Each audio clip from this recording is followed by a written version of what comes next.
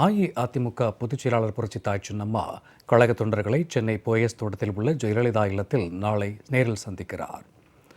அஇஅதிமுகவில் ஒற்றுமையை ஏற்படுத்தி கழக வளர்ச்சிப் பணிகளில் தொண்டர்களை ஊக்குவித்து வரும் 2026ஆம் ஆண்டு நடைபெறும் தமிழக சட்டமன்ற தேர்தலில் கழகத்தை மாபெரும் வெற்றி பெறச் செய்து புரட்சி தலைவி அம்மாவின் பொற்கால ஆட்சியை மீண்டும் மலரச் செய்ய கழக பொதுச் செயலாளர் புரட்சி தாய் சின்னம்மா அல்லும் பகலும் அயராது பாடுபட்டு வருகிறார்.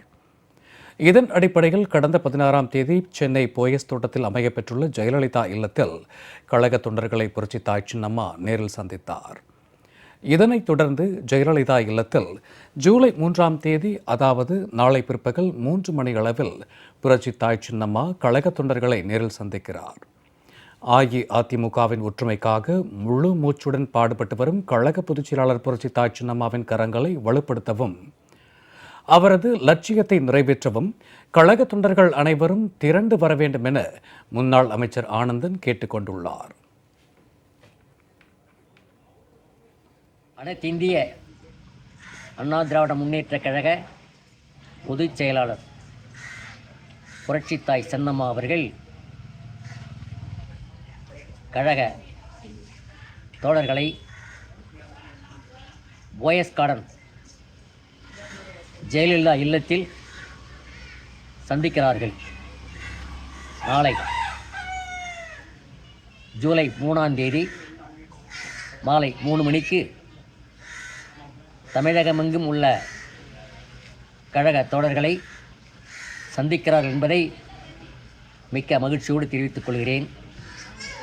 அனைத்து இந்திய அண்ணா திராவிட முன்னேற்ற கழகம் பிளவுபட்டு இருப்பதை ஒன்றுபடுத்தி கழக வளர்ச்சிக்கு அனைத்து இந்திய அண்ணா திராவிட முன்னேற்ற கழக தொண்டர்களை ஊக்குவித்து அதன் பயனாக வரக்கூடிய 2026 சட்டமன்ற தேர்தலில் தமிழகத்தில் புரட்சித் தலைவர் எம்ஜிஆர், புரட்சித் தலைவி அம்மா அவருடைய ஆட்சியை கொண்டு வருவதற்கு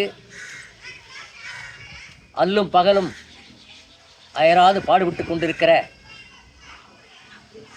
அண்ணா திராவிட முன்னேற்ற கழகத்தின் பொதுச் செயலாளர் புரட்சித்தாய் அம்மா அவர்கள் நாளை மாலை 3 மணி அளவில் சந்திக்கிறார்கள் என்றால் தமிழகத்தில் உள்ள அனைத்து தொண்டர்களும் கழகம் ஒன்றுபட வேண்டும், கழகம் வென்றாக வேண்டும் என்று எண்ணக்கூடிய தொண்டர்கள் நீங்கள் அத்தனை பேரும் வருகை தந்து இந்த கழகத்தை ஒன்றிணைக்க வேண்டும் என்று உங்களை அன்போடு பணிவோடு கேட்டுக்கொள்கிறேன். புரட்சித் தலைவர் மற்றும் புரட்சித் தலைவி அம்மா வழிவந்த கழக தொண்டர்கள் அனைவரும் புரட்சி தாய் சின்னம்மா மீது வைத்திருக்கும் அளவற்ற அன்புக்கும் மரியாதைக்கும் எந்த பரிசு பொருட்களும் இணையாகாது என்பதால் புரட்சி தாய் சின்னம்மாவை நேரில் சந்திக்க வரும் தொண்டர்கள் பூங்கொத்து, சால்வை, புத்தகங்கள் உள்ளிட்ட பரிசு பொருட்கள் அளிப்பதை தவிர்க்குமாறு கேட்டுக்கொள்ளப்பட்டுள்ளனர்.